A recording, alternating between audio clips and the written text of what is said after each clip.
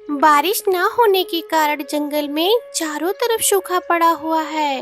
रानो चिड़िया और टुन्नू चिड़ा एक पुराने पेड़ पर बैठे हुए चारों तरफ देख रहे हैं। वो दोनों बहुत ज्यादा गरीब थे और उनके पास रहने के लिए कोई भी अच्छा घर भी नहीं था। रानो, अब तो जीना बहुत मुश्किल हो गया है। बारिश भी नहीं हो रही है, खाने के लिए कुछ भी नहीं बचा। ये जंगल भी कितना सूना होता जा रहा है। हाँ टुन्नू जी, कभी सोचा नहीं था कि इतने बुरे दिन भी आएंगे। हमारे पास एक अच्छा घोंसला भी नहीं है ना, और ना ही ऊपर वाले ने हमें कोई संतान दी है, और अब तो खाने के भी लाले पड़े हुए हैं। हे ईश्वर, हमारी परीक्षा क्यों ले रहा है? कब तक ऐसा ही चलता रहेगा? हाँ रानो, काश हमारे पास भी एक बच्चा होता। कम से कम तो हमारा संसार तो पूरा होता। तभी आसमान से एक काला कौवा मंडराता हुआ दिखता है। वह काला कौवा जो जंगल का सबसे ही खतरनाक और खूंखार कौवा था। कालू कौवा बहुत ही दुष्ट था। वो रानो चिड़िया और टुन्नू चिड़ा के पास आकर बैठ जाता है। क्या हाल है गरीबों? लगता है भूख से मरने के लाले पड़े हैं। कोई खाने पीने का इंतजाम किया है या नहीं? हमें तुम्हारी दया नहीं चाहिए। कालू, तुम बस अपने रास्ते पर जाओ। अरे अरे, वाह वाह, इतनी अकड़! जब खाने को कुछ नहीं होगा तब तुम्हें समझ में आएगा कि मैं कौन हूँ। जंगल में मेरा ही राज चलता है, मेरा ही। और जो भी मेरी बात नहीं मानता है उसका अंजाम बहुत बुरा होता है। हाँ, हमें हमारे हाल पर छोड़ दो कालू, हम किसी का बुरा नहीं चाहते। मेरी बात मान लो, मेरी टोली में शामिल हो जाओ। जो मेरे लिए काम करोगे तो तुम्हें जंगल में खाने पीने की वो सारी चीजें मिलेंगी। वो चुरा चुरा कर मुझे दो, वरना हाँ, वरना तो क्या, हम चोर नहीं हैं। कालू कौवे की टुन्ने चिड़े की बात बिल्कुल नागवार गुजरी। वह गुस्से से चिढ़ता हुआ वहाँ से उड़ जाता है, लेकिन जाते जाते कुछ भयानक सोचता है। ऐसे ही धीरे धीरे दिन बीत जाते हैं। रानो और टुन्नू बहुत मुश्किल से अपना गुजारा कर रहे थे। एक दिन जब टुन्नू चिड़ा खाने की तलाश में बाहर जाता है, तभी जंगल के एक कोने में कालू कौवा और उसकी पूरी टोली घात लगाए बैठे हुए थे। अब देखता हूँ कैसे नहीं मानता ये मेरी बात। और फिर वह दुष्ट कालू कौवा अपनी टोली के साथ टुन्नू चिड़े पर हमला कर देता है। टुन्नू चिड़ा बहादुरी से लड़ता है, लेकिन अकेला होने की वजह से वह हार जाता है और कालू कौवा उसे घायल कर देता है। फिर आखिर में टुन्नू चिड़ा मर जाता है। टुन्नू की दर्द भरी चीखें पूरे जंगल में गूंज रही थी। रानो चिड़िया अपने घोंसले में अकेली बैठी हुई थी। तभी उसे टुन्नू चिड़े की चीख सुनाई देती है। वह तेजी से उसी दिशा में जाती है। रानो चिड़िया जैसे ही अपने पति को खून से लथपथ देखती है, वो तो फूट फूट कर रोने लगती है। कालू, तुमने हमारे टुन्नू को क्यों मारा है? अरे, जो मेरी बात नहीं मानता उसका यही अंजाम होता है। अब तेरा क्या हाल होगा? ये तो तू ही जान। रानो चिड़िया की हालत बहुत खराब होती है। वह अपने मरे हुए पति के पास बैठी रहती है। उसे कुछ भी समझ नहीं आ रहा था। उसकी दुनिया तो जैसे उजड़ चुकी थी और रानो चिड़िया तो बिल्कुल अकेली हो गई थी। वह अपने घोंसले में अकेली ही पड़ी रहती थी और ना ही कुछ खाती और ना ही कुछ पीती। वह सिर्फ और सिर्फ आसमान की तरफ देखती रहती थी और प्रार्थना करती थी, हे भगवान, मेरी दुनिया तो उजड़ गई है। मेरे पास अब कुछ नहीं बचा है ना ही मेरा पति और ना ही मेरा घर और ना ही मेरी कोई संतान। अब मैं नहीं जीना चाहती। और तभी आसमान में बादल गरजते हैं और तेज हवा चलती है और देखते ही देखते बारिश शुरू हो जाती है। यह पहली बारिश थी जो जंगल में इतने महीनों के सूखे के बाद आई हुई थी। पूरा जंगल हरियाली से भर जाता है। अचानक से रानो चिड़िया के घोंसले में एक नन्हा सा अंडा प्रकट होता है। ओहो, ये भगवान का दिया आशीर्वाद है। कितना अच्छा, वाह, विश्वास ही नहीं हो रहा है। रानो चिड़िया उस अंडे को देखकर बहुत खुश हो जाती है। वह हैरान थी। रानो चिड़िया की आंखों में आंसू आ जाते हैं। ये कैसे हुआ? सच में विश्वास ही नहीं हो रहा है। उस अंडे में कुछ दिनों बाद एक नन्हा सा चूजा बाहर आता है। वह बिल्कुल टुन्नू की तरह दिख रहा था। हो, ये तो टुन्नू जी का ही रूप है। ये तो ऊपर वाले का आशीर्वाद है। रानो चिड़िया अपनी संतान को देखकर बहुत खुश हो जाती है। उसने अपना सब कुछ खो दिया था, लेकिन भगवान ने उसे एक नई उम्मीद दी थी। वह अपने बच्चे के लिए जीने का संकल्प लेती है। वहीं दूसरी तरफ कालू कौवा वह जंगल में अकेला घूम रहा था। वह तो बहुत खुश होता है क्योंकि उसने टुन्नू चिड़े को मारकर अपनी ताकत जो दिखा दी थी। लेकिन उसे इस बात का अंदाजा नहीं था कि बाकी पक्षी भी उस पर भड़क चुके हैं। बस फिर क्या, फिर तो कालू की सामर्थ्य आनी थी। कालू कौवे ने टुन्नू चिड़ा को तो मार ही दिया था। इसी तरह सभी पक्षी आपस में मिलकर बात करते हैं।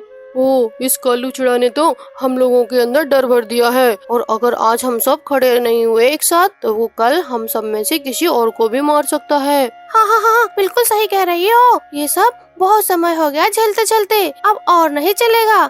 हम सब मिलकर उसे जंगल से बाहर निकाल देंगे। हाँ हाँ, ये सही बात है। हम शांति से जीना चाहते हैं। कालू की दादागिरी अब और नहीं चलेगी। देखो, हाँ सभी लोग कुछ न कुछ करो। रानो चिड़िया बेचारी अकेली रह गई। अरे हाँ हाँ, सही कह रहे हो। और रानो चिड़िया भी बेचारी अकेली रह गई है, और उसने भी अपना सब कुछ खो दिया है। लेकिन भगवान ने उसे एक बच्चा दिया है, क्या हम उसके लिए कुछ नहीं कर सकते? हाँ हाँ, सही बात है। हम सब लोग मिलकर कुछ न कुछ करेंगे, बल्कि हमें करना ही होगा। अगर हम एकजुट हो जाते हैं तो कालू कौवा हमारी ताकत से डर जाएगा। तभी वहाँ बैठा हुआ एक उल्लू बहुत बुद्धिमानी से कहता है, अरे हाँ हाँ, ये बिल्कुल सही है दोस्तों। रात होते ही हम सब कालू के घर को घेर लेंगे और उसे हमेशा के लिए इस जंगल से निकाल देंगे। ऐसे ही कुछ दिनों बाद जंगल के सभी पक्षी मिलकर कालू कौवे के खिलाफ खड़े हो जाते हैं। वो उसे जंगल से बाहर भगा देते हैं। ओ, अब जंगल में शांति लौट आई है। अरे हाँ हाँ, सही कह रहे हो। अब जंगल में शांति लौट आई है। और इधर रानो चिड़िया भी अब अकेली नहीं थी। वो अपने बच्चे के साथ नई जिंदगी की शुरुआत करती है और धीरे धीरे मेहनत करती है और जंगल में बेफिक्र होके अपने बच्चे को पढ़ाने लिखाने के लिए बहुत मेहनत करती है।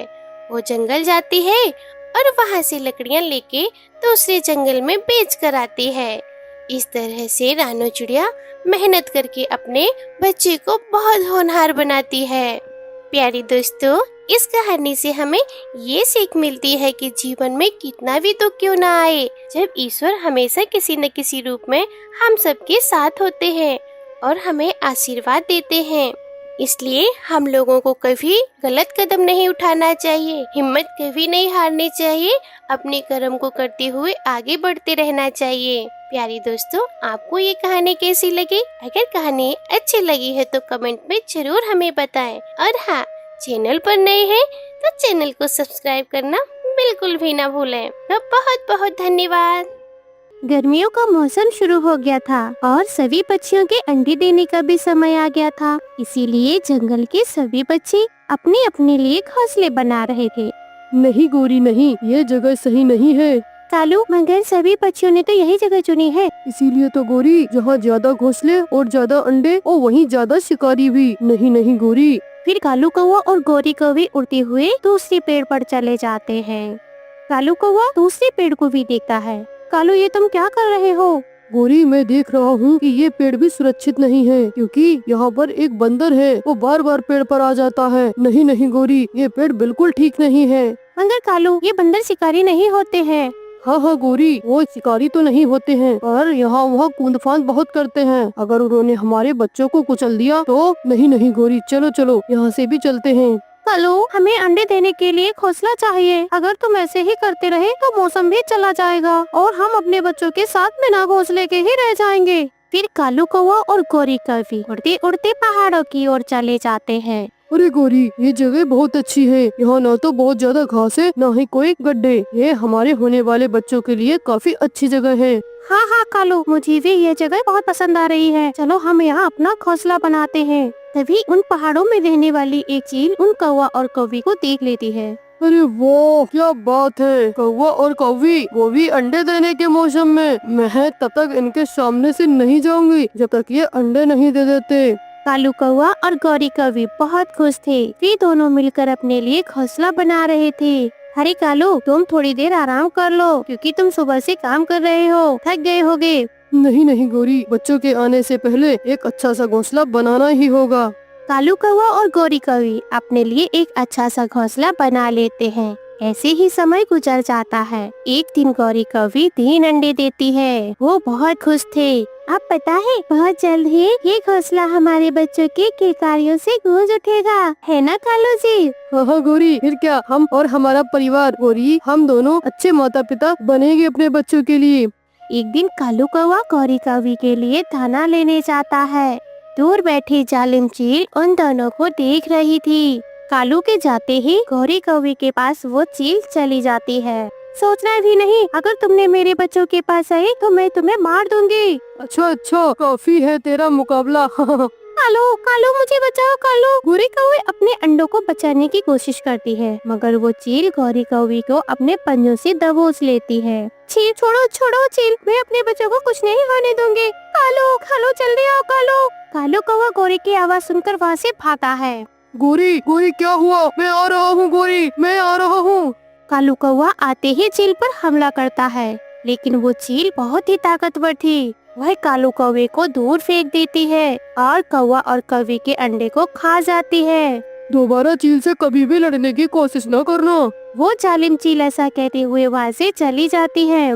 गोरी गोरी, मैं अपने बच्चों को नहीं बचा पाया, आज मैं बहुत शर्मिंदा हूँ। इस तरह कौवा और कौवे ऐसे ही रोते रहते हैं और इधर रात हो जाती है। कालू जी आप मत रोइए, इसमें आपकी गलती नहीं है, ये सारी गलती उस जालिम चील की है और उसे उसकी कीमत चुकानी होगी। कालू कालू मैं उस चील से बदला जरूर लूंगी। गोरी, हम उस चील का मुकाबला नहीं कर सके। कालू मैं उससे बदला जरूर लूंगी, पता नहीं कैसे, मगर मैं उसे छोड़ूंगी नहीं। वो जालिम चील फिर से किसी के बच्चों को ना जुदा कर पाए। लेकिन गोरी, हम उस चील से मुकाबला कैसे कर पाएंगे? वहीं से गुजरती हुई एक चिड़िया उन दोनों की बातों को सुन लेती है। फिर कौवा और कौवे उससे पूछते हैं, चिड़िया लानो चिड़िया, तुम्हें बताओ मैं उस चील का कैसे मुकाबला करूं, कैसे मैं उससे बदला लूं? अरे कालू भैया, आप इतना परेशान ना हो, आपको दिमाग से काम लेना चाहिए। जब आपका दुश्मन मजबूत हो और आपको उससे मुकाबला करना हो तो उसका मुकाबला भी उससे मजबूत दुश्मन से करवाना होगा। चिड़िया, तो तुम ही बताओ मुझे क्या करना होगा? रानो चिड़िया उन्हें एक योजना बताती है। अगली सुबह वो योजना के अनुसार अपने घोंसले से निकलते हैं। उड़ते उड़ते वो एक दूसरे जंगल में चले जाते हैं। वो उस जंगल के सरपंच कबूतर के घर जाते हैं और सरपंच के नौकर बाहर खड़े थे। कालू कौवा वहाँ से उड़ता हुआ खिड़की के रास्ते अंदर जाता है और वो सरपंच की पत्नी लूसी कबूतरी के सोने का हार उठाकर वहाँ से बाहर निकल जाता है। पति जी देखिए, वो कौवा मेरे सोने का हार लेकर भाग गया। अरे अरे नौकरों, पकड़ो पकड़ो, कौवे को पकड़ो। और तभी कौवा पहाड़ों की ओर उड़ रहा था और वो दोनों नौकर पक्षी भी कौवे के पीछे पीछे भाग रहे थे। कौवा वो सोने का हार जाकर गुफा में फेंक देता है। दुष्ट चील, तू बाहर निकल, आज तू मुझसे नहीं बच पाएगी। इस तरह कौवा चील को आवाज लगाता है और चील कौवे की बात सुनकर बाहर आती है और तभी वो नौकर पक्षी उसके सामने खिड़की पर वो हार देख लेते हैं। अरे अरे, ये तो चील का घर है। चील को, ये चील तो बड़ी दुष्ट और बड़ी भयंकर है। अरे अरे, हम दोनों मिलकर ही इस दुष्ट चील को पकड़ लेते हैं और हमारे मालिक कबूतर बहुत खुश हो जाएंगे। फिर वो दोनों जाकर उस चील को पिंजरे में बंद कर लेते हैं और सोने का हार वहाँ से उठा लेते हैं। ऐसे चील को किए की सजा भी मिल जाती है। प्यारे दोस्तों, जिंदगी और मौत जीवन का एक हिस्सा है। जिंदा रहने के लिए शिकार का करना जरूरी है, लेकिन हर जीव अपनी सुरक्षा का जिम्मेदार खुद है, क्योंकि सबसे ऊंचा उड़ने वाला पक्षी भी जहरीले जानवरों का शिकार हो सकता है। इसीलिए इस बात का ध्यान रखो कि कभी घमंडी और लापरवाह ना बनना। और याद रहे, तुम अपने आप को कितना भी ताकतवर समझ लो, लेकिन तुम जो दूसरों के साथ करोगे वैसा एक दिन तुम्हारे साथ भी होना है। प्यारे दोस्तों, आपको आज की कहानी कैसी लगी अपनी राय कमेंट में जरूर लिखें। और हाँ, अगर चैनल पर नए आए हैं तो चैनल को सब्सक्राइब करना बिल्कुल भी ना भूलें। आपका बहुत बहुत धन्यवाद। रानू चिड़िया अपने घर के बाहर बैठी मिट्टी के मटके बना रही थी। तभी उसके पास जंगल का राजा बंटी कबूतर आया। रानो, अरे ओ रानो, रानो। तभी रानो बंटी कबूतर को देखकर कहती है, क्या भाग पाया है मैंने जो आप हमारे दरवाजे पर पधारे। अरे बंटी राजा, आपने आने का कष्ट क्यों किया? अगर आपको कुछ काम था तो मुझे बुला लिया होता। अरे रानो, ऐसी कोई बात नहीं है। मुझे तुमसे 1 हफ्ते के भीतर में 100 मटके बनवाने हैं और वो भी मटके बहुत मजबूत होने चाहिए। मेरे माँ की इच्छा है कि वो इस जंगल में गरीब पक्षियों को एक एक मटका बांटे, जिसमें पक्षी अपना घर बनाकर आराम से गर्मी में रह सकें। बंटी कबूतर की ये बात सुनकर, बंटी राजा ये बात तो बहुत अच्छी है, पर 1 हफ्ते में इतने सारे मटके बहुत कम समय है। रानो, अगर तुम ये नहीं कर सकती तो बोल दो, मैं कहीं और से मटके बनवा लूंगा। नहीं नहीं बंटी राजा,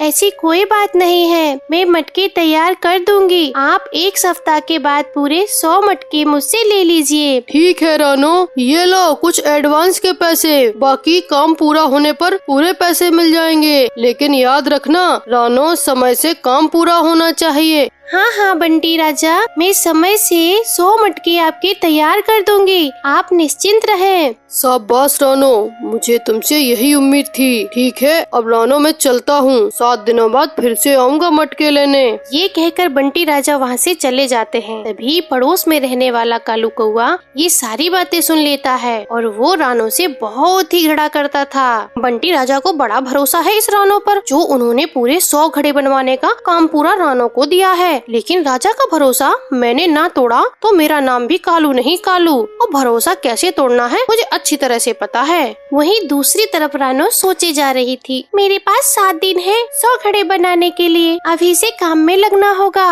रानो चिड़िया मटके बनाने में लग जाती है। सुबह से दोपहर हो गई और दोपहर से शाम हो गई। रानो लगातार मटके बनाती रही। मम्मा, ओ मम्मा, शाम हो गई है, सुबह से आपने कुछ भी नहीं खाया, आप भोजन कर लो। बस बस अभी आई हूँ। राजा जी ने पूरे 100 मटके का ऑर्डर किया है, इसे तो पूरा करना ही होगा। मेरे पास बस एक सप्ताह का ही वक्त है, तुम खा लो बेटा, मैं अभी आती हूँ। अगले दिन भी रानो चिड़िया बिना खाए पिए ही मटके बनाने में लगी रही। रानो की बेटी गुड़िया उसे फिर से बुलाने आती है। अरे वाह, आपने तो काफी सारे मटके बना लिए मम्मा। हाँ हाँ बिटिया, बस 10 मटके बनाने ही बाकी रह गए हैं, फिर धूप में सुखाऊंगी और आग में पकाऊंगी। इसमें भी तो 2-3 दिन चले ही जाएंगे। समय से काम पूरा नहीं हुआ तो बंटी राजा नाराज हो जाएंगे। तुम चलो, मैं अभी आती हूँ। वही कालू कौवा पेड़ के पीछे छिपकर ये सब देख रहा था। अरे बाप रे, ये रानो तो बड़ी ही तेज निकली, 2 ही दिनों में इतने सारे मटके बना लिए। इसका मतलब ये है कि 1 हफ्ते में पूरे 100 मटके तैयार कर ही लेगी। ये रानो तो बहुत ही ज्यादा मेहनती है। रानो अपने मटके बनाने में लगी रहती है और इधर कालू अपना काम करने की योजना बना रहा था। कालू कौवा पेड़ के पीछे छिपकर रानो पर नजर रख रहा था। अरे रानो, मैं भी कालू हूँ कालू, महाराज के सामने तेरी ऐसी बेइज्जती होगी कि तू चिल्लू भर पानी में डूब कर मर जाएगी। फिर कालू कौवा अपनी योजना बनाता है और वह सोनी चिड़िया के पास पहुंचता है। सोनी, अरे ओ सोनी चिड़िया, क्या कर रही हो? खुशबू बहुत अच्छी आ रही है, क्या कर रही हो? अरे नास पीटे कालू, तेरी नाक तो कुत्ते की नाक से भी तेज है, सूंघते हुए यहाँ पहुँच गया मेरे घर पर तल चाटने। ये ले कल मुहे और खा ले खिचड़ी। खिचड़ी बनाई है तूने? ओहो मेरी बहन, खिचड़ी बनाई है आपने? हाँ हाँ खिचड़ी बनाई है, खा ले। अगर मैंने तुझे बिना दिए ही खाई तो मेरे पेट में दर्द हो जाएगा। वाह वाह वाह वाह, सोनी चिड़िया बड़ी स्वादिष्ट खिचड़ी बनाई है, आपके हाथों का तो कोई जवाब नहीं। कालू कौवा एक लंबी डकार लेता है। ओह, अब मैं चलता हूँ, पेट भर गया है खिचड़ी खाकर, अब नींद भी बहुत अच्छी आएगी। कालू कौवा वहाँ से चला जाता है। रात काफी हो चुकी थी, जंगल के चारों तरफ सन्नाटा छाया हुआ था। सुबह हो जाती है। रानो अपने मटके को आग में तपाने के लिए उन्हें ले जाने के लिए आती है, लेकिन मटके का हाल देखकर वह फूट फूट कर रोने लगती है। ये क्या हो गया? किसने मेरे सारे मटके तोड़ दिए? गुड़िया बेटी, अब क्या होगा? बस 2 दिन ही बचे हैं, अब मुझे सजा से कोई नहीं बचा सकता है। बंटी राजा मुझे फांसी पर लटका देंगे। आप इतना मत घबराइए, मुझे लगता है जरूर हमारे किसी दुश्मन का ही ये काम है। अभी भी 2 दिन बचे हुए हैं, हम दोनों मिलकर फिर से मटके बनाएंगे।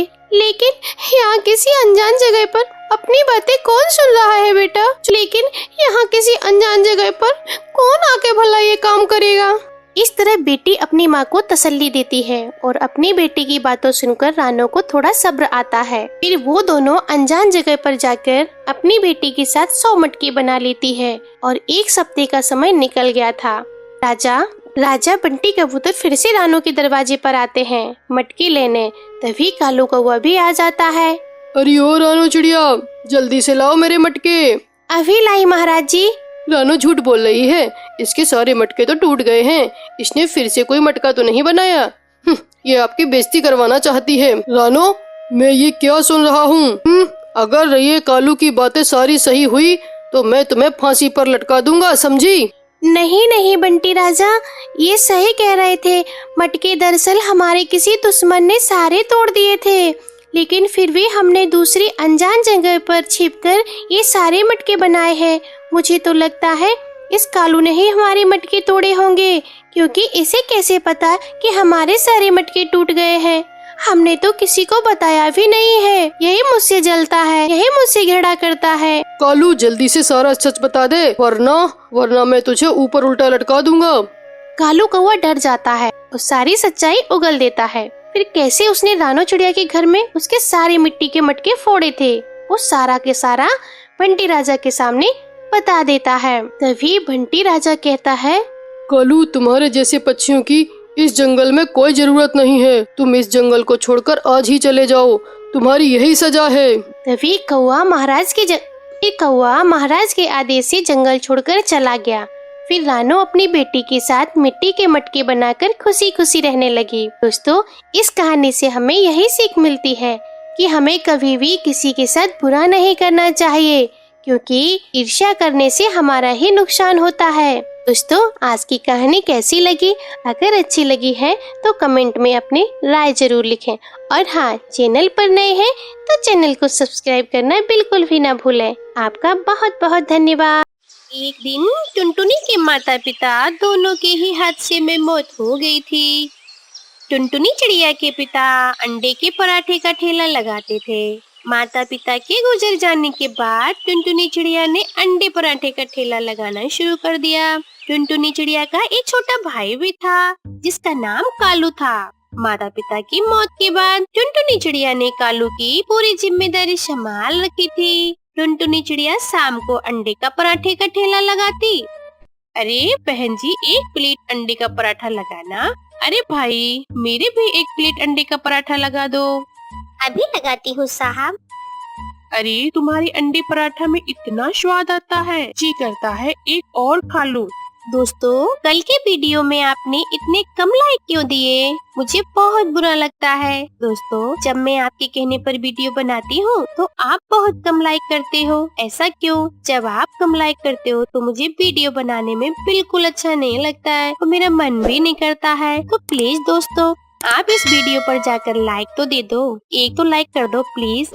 इस तरह टूनी चिड़िया एक पराठा और दे देती है। ये लो साहब। टूनी चिड़िया के पुराने बंद ग्राहक पक्षी फिर से उसके पास आने लगे थे, जो कभी उसके पिता के बनाए हुए अंडे के पराठे खाते थे। वो अब टुनटुनी के बनाए हुए अंडे के पराठे खाने में टुनटुनी के भाई कालू का भी धीरे धीरे मन लगने लगा। और एक दिन दीदी, स्कूल के सभी दोस्त हवाई मोटर से बादलों में घूमने जा रहे हैं। दीदी, मुझे भी हवाई मोटर से बादलों में घूमने जाना है। आप मुझे 500 रुपए दे दो ना दीदी। 500 रुपए? इतनी कमाई नहीं है मेरी कि मैं तुझे घूमने के लिए 500 रुपए दे दूं। तू जानता है ना कि जो कमाई होती है उसकी आधी कमाई से सामान लाना पड़ता है, जो सामान लाने में ही चली जाती है, और बाकी के बचे हुए पैसों से घर का खर्च चलता है। दिन रात मेहनत करके मैं तुझे पढ़ा रही हूँ कि ताकि तू बड़ा होकर मेरी तरह अंडा पराठा न बेचे। तू पढ़ाई में ध्यान लगा और पढ़ लिख कर अमीर पक्षी बन जा। कौआ बुरे मन से दीदी की तरफ हाँ कह के तो चला जाता है, पर वो जब स्कूल पहुंचता है तो स्कूल में उसका दोस्त बंटी कबूतर कहता है, तू बादलों में घूमने के लिए पैसे लाया है ना?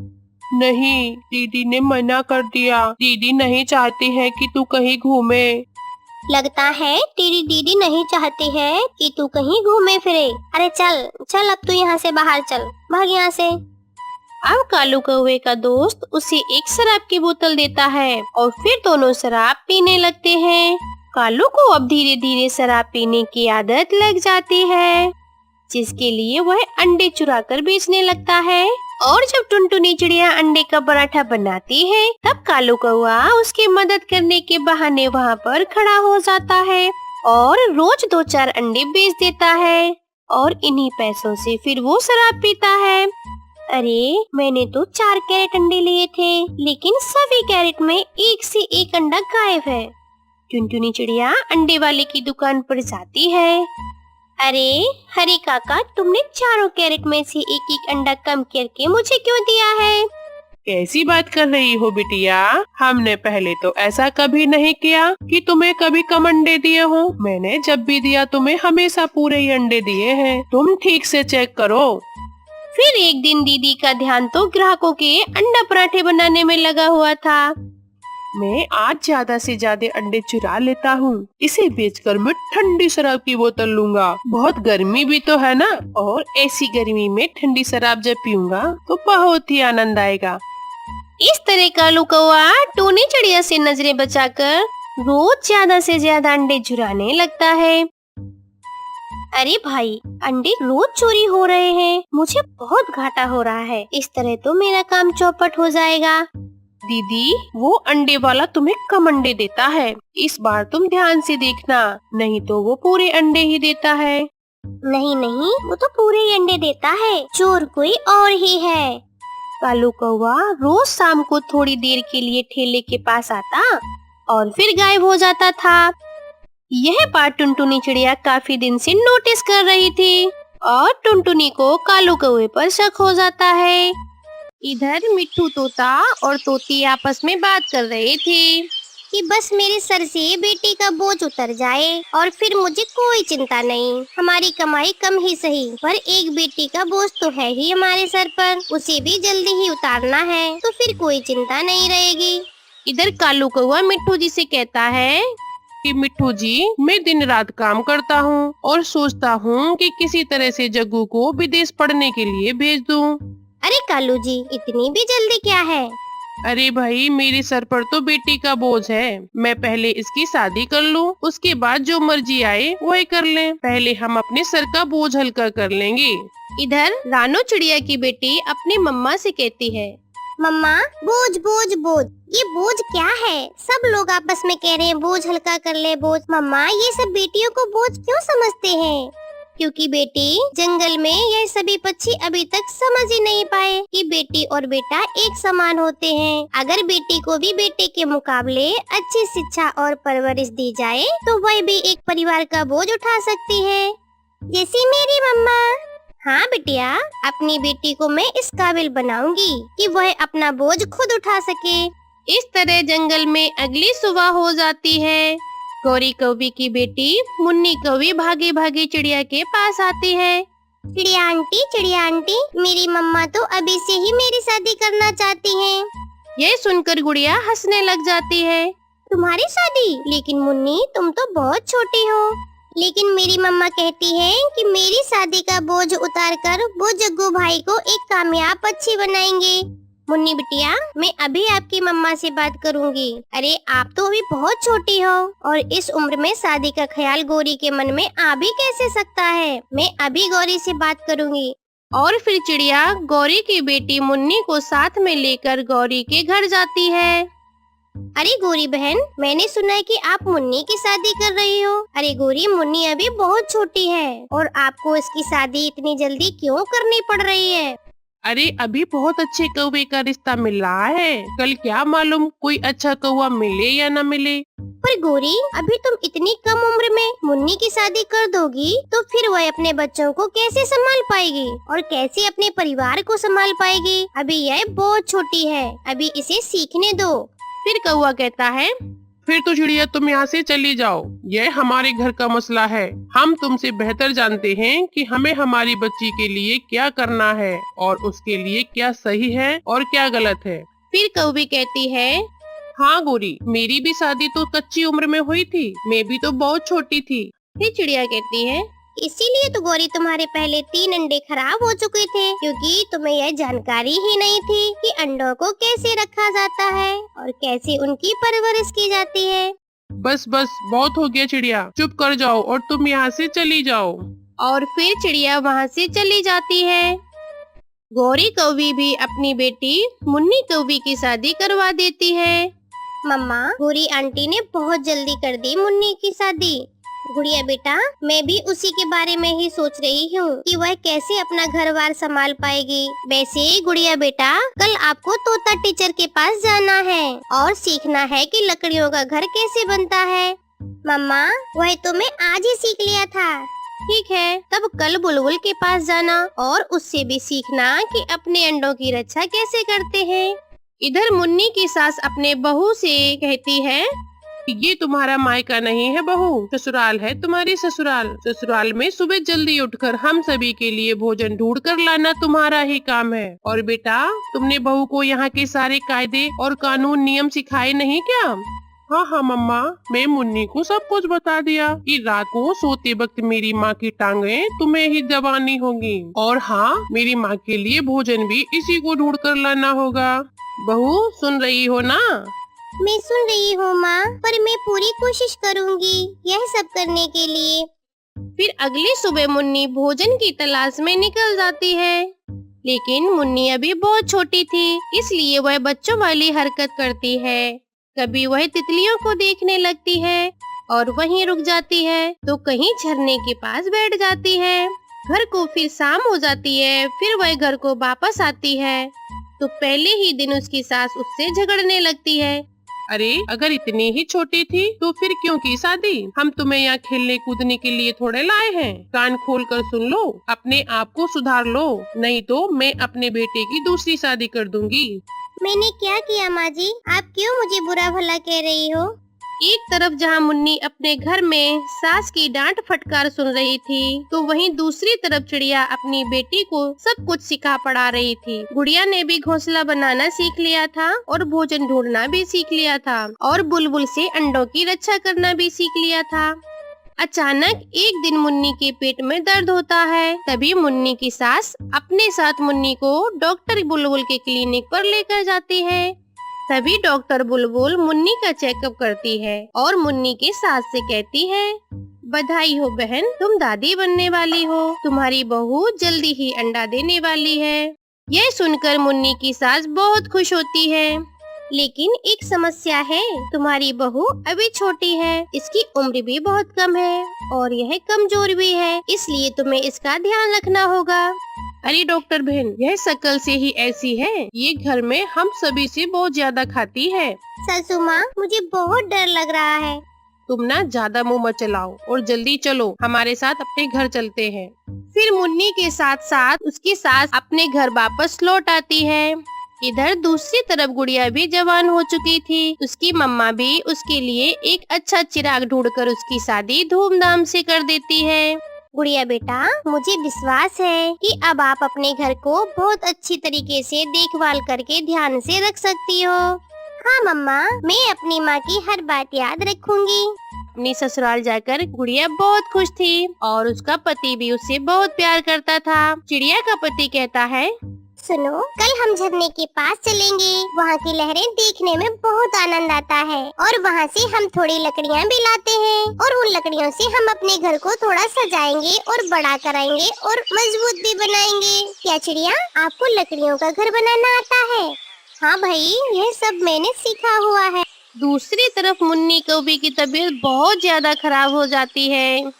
10 दिन गुजर जाते हैं पर उसकी हालत में कुछ भी सुधार नहीं होता है। तब उसका पति उसे उसके मायके छोड़ता है। अरे बेटी, तुम चिंता मत करो, मैं भी जब अंडा देने वाली थी तो मेरी भी हालत तुम्हारे ही जैसी थी और जैसे ही अंडा बाहर निकल आता है तो सब कुछ ठीक हो जाता है। तुम बिल्कुल भी ना घबराओ। मगर माँ, मुझे बहुत चक्कर आते हैं और मुझसे बोला भी नहीं जाता। अरे बेटी, मैं तुम्हारे पापा के साथ बुलबुल के घर जाऊंगी और वहाँ से दवा लेकर आऊंगी। धीरे धीरे जंगल में रात भी हो जाती है और रात में मुन्नी की तबीयत बहुत ज्यादा बिगड़ जाती है। फिर कौवा और कौवी रात को ही अपनी बेटी को बुलबुल के घर पर लेकर जाते हैं।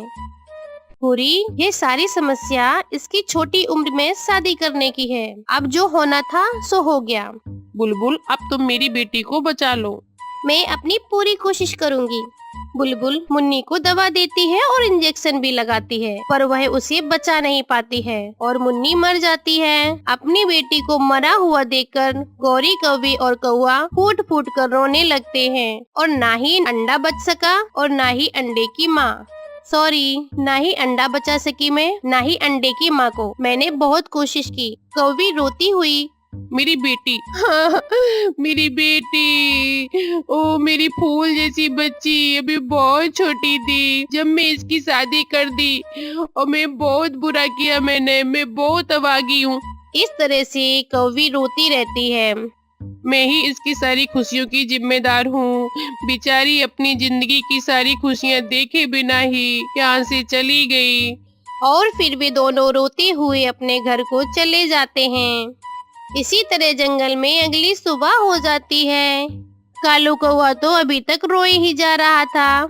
गोरी गोरी, जानती हो जग्गू तो विदेश पढ़ने के लिए गया है, पर मेरी बच्ची पर मेरी बच्ची वह तो हमेशा के लिए मुझे छोड़कर चली गई। अगर मैंने उसे उस दिन चिड़िया की बात मान ली होती तो अभी मेरी मुन्नी मेरे साथ होती।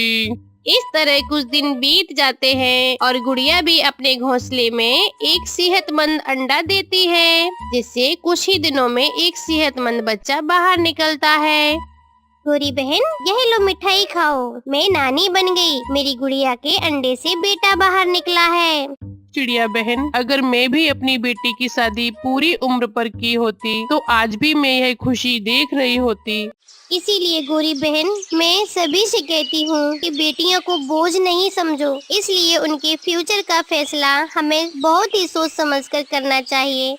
प्यारे दोस्तों, मजेदार कहानी को देखने के लिए हमारे चैनल को सब्सक्राइब और लाइक करें। आपका बहुत बहुत धन्यवाद। दरबन जंगल में दो कौवे रहते थे। एक का नाम कालू कौवा था और दूसरे का नाम भूरा कौवा था। कालू कौवा अपनी पत्नी गौरी कौवी के साथ अलग घर बनाकर रहता था और भूरा कौवा अपनी माँ के साथ रहता था। उनकी माँ कई दिनों से बहुत बीमार चल रही थी। कालू कौवे और भूरे कौवे की माँ अपने छोटे बेटे भूरे से कहती है, भूरे बेटे, जाओ और अपने बड़े भाई को बुला कर ले आओ, मैं आप दोनों से कुछ कहना चाहती हूँ। माँ जी, मैं अभी जाता हूँ। और फिर भूरा कौवा अपने बड़े भाई कालू कौवे को बुलाने चला जाता है। बड़े भाई, माँ आपको बुला रही हैं। माँ को आपसे कुछ बात करनी है। फिर गौरी कौवे कहती है कि हाँ हाँ जरूर, सासू माँ की दवा खत्म हो गई होगी, क्योंकि तुमसे तो अपने माँ की दवा लाई नहीं जा सकती जो तुम अपनी माँ की दवा लाकर उन्हें दे दो। ऐसा नहीं है, मैंने तो माँ को कल ही दवा लाकर दे दी थी और खिला भी दी थी। माँ को कोई और बात करनी होगी तुमसे। गोरी, मैं जाकर माँ को देखता हूँ। अच्छा तुम रुको अभी। भूरे देवर जी, तुम चलो, मैं अभी कालू को तुम्हारे पीछे पीछे ही भेजती हूँ। फिर भूरा कौवा वहाँ से चला जाता है। गौरी अपने कालू कौवे से कहती है, कालू जी, मुझे शक है कि तुम्हारी माँ तुम दोनों भाइयों के बीच में आज बंटवारा कर देंगी तुम्हारी जायदाद का। पर एक बात याद रखना, हाँ, कि जो वो नदी के पास वाला खेत है वो हमारे ही हिस्से में आना चाहिए। हम ही लेंगे उस खेत को, ठीक है ना? अरे हाँ हाँ ठीक है, अब मुझे जाने भी तो दो माँ के पास। फिर कालू कौवा वहाँ से अपनी माँ के घर पहुँच जाता है। कालू बेटा, तुम आ गए। कालू, इस समय मेरी तबीयत ज्यादा खराब है। कालू, मैं तुम दोनों भाइयों में तुम्हारी जायदाद बांट देना चाहती हूँ। माँ जी, अच्छे से काम में देरी क्यों, जल्दी करे ना। और आप जल्दी से मुझे नदी के पास वाला खेत दे दो। नदी के पास वाला खेत मैं ही लूंगा। नहीं नहीं माँ जी, मुझे भी नदी के पास वाला ही खेत चाहिए, क्योंकि आपको याद नहीं है पिताजी ने क्या कहा था कि नदी के पास वाला खेत भूरे को ही देना। इसलिए माँ जी, नदी के पास वाला खेत तो मुझे ही चाहिए। बेटा, तुम दोनों लोग वह खेत आपस में आधा आधा बांट लो। यह घर भूरे का है कालू, और तुम जिस घर में अभी रह रहे हो वो घर तुम्हारा ही है। ऐसा कहती हुए उनकी माँ मर जाती हैं। भूरे भाई, माँ तो मर गई। चलो हम चलकर अपने खेत में आधे आधे पर निशान लगा लेते हैं। फिर कालू कौवा और भूरा कौवा अपने खेत में जाकर उसे बांटने लगते हैं। ऐसे ही कुछ दिन गुजर जाते हैं। गोरी कौवी अपने पति कालू कौवे से कहती है, कालू जी, तुम जाकर अपने भूरे से पूछो कि वह अपने खेत में क्या लगाने वाला है। वह जो भी लगाएगा हम लोग भी वही फसल उगा लेंगे। गोरी, मैं भूरे से पूछा था कल, वह अपने खेत में प्याज की फसल उगाने वाला है। अरे वाह, तो कल फिर हम भी अपने खेत में ही प्याज की ही फसल उगाएंगे। फिर दूसरे दिन गोरी कौवी और कालू कौवा अपने खेत में प्याज की फसल उगाने के लिए काम करना शुरू कर देते हैं। फिर इस तरह से कालू कौवा और भूरा कौवा अपने खेत में मेहनत से काम करते रहते हैं। दिन गुजरते गए, फिर कालू और भूरे के प्याज की फसल तैयार हो जाती है। भूरा कौवा अपने फसल से प्याज की एक बोरी निकालकर बाजार में बेचने के लिए ले जाता है। उसके बाद गोरी और कालू भी एक बोरी प्याज लेकर बाजार पहुंच जाते हैं। प्याज ले लो प्याज, 50 रुपए किलो प्याज ले लो, बड़े बड़े प्याज ले लो, अच्छे अच्छे ताजे ताजे प्याज ले लो, 50 रुपए किलो। इसी तरह से कालू कौवा और भूरी कौवी अपना प्याज का रेट 50 रुपए में आवाज लगाते हैं और फिर भूरा कौवा भी अपना प्याज बेचने लगता है। प्याज ले लो प्याज, 40 रुपए किलो प्याज ले लो। कालू का छोटा भाई 40 रुपए किलो प्याज दे रहा था, इसीलिए थोड़ी ही देर में भूरे के सारे प्याज बिक जाते हैं और उसे अच्छा मुनाफा होता है। कालू, इस भूरे का तो कुछ करना ही होगा, इसके तो प्याज बिक गए और हम सुबह से मक्खियाँ मार रहे हैं। गोरी, मैं सोच रहा था हमने क्या करना है। तुम यह प्याज की बोरी मेरे सर पर रख दो और हम घर चलते हैं। फिर गोरी और कालू कौवा अपने प्याज लेकर घर चले जाते हैं। रात हो जाती है। कालू जी, क्या सोचा है तुमने? गोरी, हम ऐसा करते हैं कि छोटे भाई भूरे के प्याज और अपने खेत के सारे प्याज ही रात में निकाल लेते हैं और सुबह सुबह होते ही हम लोग बहुत अच्छा सा नाटक करेंगे, जैसे कि प्याज कोई ले गया हो चोरी करके। ऐसा ही सोचा है मैंने। कालू जी, हाँ, जब प्याज महंगे होंगे तब हम दुगनी कीमत में सारा प्याज बेच देंगे और फिर हमें अच्छा खासा मुनाफा होगा। फिर वह पति पत्नी बोरी लेकर खेत में जाते हैं। गोरी, तुम भूरे के खेत से प्याज निकालो और मैं अपने खेत से प्याज निकालता हूँ। जल्दी करना कालू जी, कहीं भूरा हमें देख ना ले। फिर वह दोनों पति पत्नी ऐसा ही करते हैं। वह सारे प्याज निकालकर अपने घर ले जाते हैं और फिर एक कमरे में जाकर छुपा कर रख देते हैं। सुबह हो जाती है। अरे, मैं तो लुट गया। मैं तो लुट गया। मेरे खेत से किसी ने प्याज निकाल लिए हैं। मेरी मेहनत की फसल कोई चोरी कर कर ले गया है। शोर सुनकर गोरी और कालू भी वहाँ आ जाते हैं। देवर जी, हम भी लुट गए। कोई हमारे खेत से भी प्याज निकाल कर ले गया। बहुत बुरा हुआ, मेरा भी बहुत नुकसान हो गया। हम दोनों भाइयों को। गोरी जी और कालू जी अच्छे से नाटक करते हैं। कौवे का छोटा भाई फिर से मेहनत करता है और फिर से वह अपने खेत में मटर बो देता है। कुछ ही दिनों में भूरे के खेत से मटर के पौधे उगते हैं। कालू जी, एक बार जाकर देखो कि मार्केट में प्याज के दाम क्या चल रहे हैं। अगर अच्छे दाम होंगे तो हम दोनों अपने प्याज बेच देंगे। कालू फिर उसके बाद मार्केट चला जाता है प्याज का रेट पता करने के लिए। वह तोते की दुकान पर जाता है और पूछता है कि तोते भाई, प्याज क्या रेट चल रहा है? मैं प्याज लेने आया हूँ और प्याज इस समय किस दाम में चल रहा है, बताओ जरा। अरे, आजकल प्याज कहीं से भी नहीं मिल रहा है। प्याज तो दुगनी कीमत पर बिक रहा है। हाँ, पूरे 100 रुपए किलो में प्याज है। यह सुनकर कालू कौवा बहुत खुश हो जाता है, क्योंकि वह तो सिर्फ प्याज के भाव जानने आया था, ना कि खरीदने आया था। और फिर कालू कौवा बाजार से घर जाता। गोरी, मजा आ गया। प्याज का रेट 100 रुपए हो गया है, पूरा दुगना। दुगनी कीमत पर बेचेंगे अब हम प्याज। अरे कालू जी, हमें तो लगता है कि थोड़ा और इंतजार कर लेते हैं हम लोग। उसके बाद हो सकता है कि प्याज सीधा 200 रुपए दुगनी कीमत पर बिक जाए हमारा प्याज। हम लोग क्यों ना थोड़ा इंतजार कर लें। फिर वह दोनों प्याज के रेट बढ़ने का इंतजार करने लगते हैं और फिर वह दोनों सारा दिन सोते रहते हैं, कोई काम धंधा भी नहीं करते। और कालू का भाई भूरा सारे दिन अपने खेतों पर काम करता है। भूरा अपने भाई कालू के पास एक दिन आता है। भाई, आपका खेत कब से खाली पड़ा है? आप अपने खेत में कोई काम क्यों नहीं करते? कोई फसल लगा दो, जिससे कि कुछ न कुछ तो फसल उगी जाएगी और हम लोगों के बुरे दिन भी खत्म हो जाएंगे। भूरे, मैं थोड़ा इंतजार कर रहा हूँ कि मैंने एक लॉटरी की टिकट खरीद रखी है। जिस दिन मेरी लॉटरी लग गई, मुझे सारी जिंदगी काम करने की जरूरत नहीं पड़ेगी। जैसी तुम्हारी मर्जी भाई। दूसरे दिन आसमान पर गहरे गहरे बादल छा जाते हैं और तेज बारिश होती है। चिड़िया अपने घर में छुपी बैठी थी। तोता भी अपने घर में तेज बारिश से छुपकर बैठा हुआ था। सारे पक्षी बहुत डरे हुए थे। तभी कौवे का घर इतना मजबूत था नहीं और ऊपर से उसमें कई बोरियां प्याज की अपने घर में जो छुपा के रखी थी, वह तेज हवा के झोंके में आ जाता है और कौवे का घर टूटकर नीचे जमीन पर गिर जाता है। तभी कौवा और कौवी घर के नीचे दब जाते हैं और हर तरफ प्याज ही प्याज बिखर जाता है। कालू, यह क्या हुआ? यह प्याज तो हमें ही ले डूबा। अरे गोरी, हमारा लालच ही हमें ले डूबा। बारिश रुक जाती है, फिर सभी पक्षी आकर वहाँ इकट्ठे हो जाते हैं और फिर कौवा और कौवी को घर से बाहर निकालते हैं। इस बात को सुनकर कौवे का छोटा भाई भूरा भी वहाँ आ जाता है और फिर वो देखता है कि चारों तरफ प्याज ही प्याज बिखरा पड़ा है। अरे बड़े भाई, ये प्याज कहाँ से आया? आपके घर में तो प्याज चोरी हो चुका था, फिर ये प्याज आपके घर पे कहाँ से आया? फिर सभी पक्षी आपस में ये सब सुनकर हंसने लगते हैं और भूरे से कहते हैं, चोर यार कोई और नहीं था, ये तेरा भाई कालू ही तो था। हाँ देवर जी प्लीज हमें माफ कर दो, हमारे लालच की सजा हमें मिल गई है। ऐसे कौवे और कौवी को सजा मिल जाती है। प्यारे दोस्तों, आप इस कहानी को लाइक करना बिल्कुल भी ना भूलें। आपका बहुत बहुत धन्यवाद।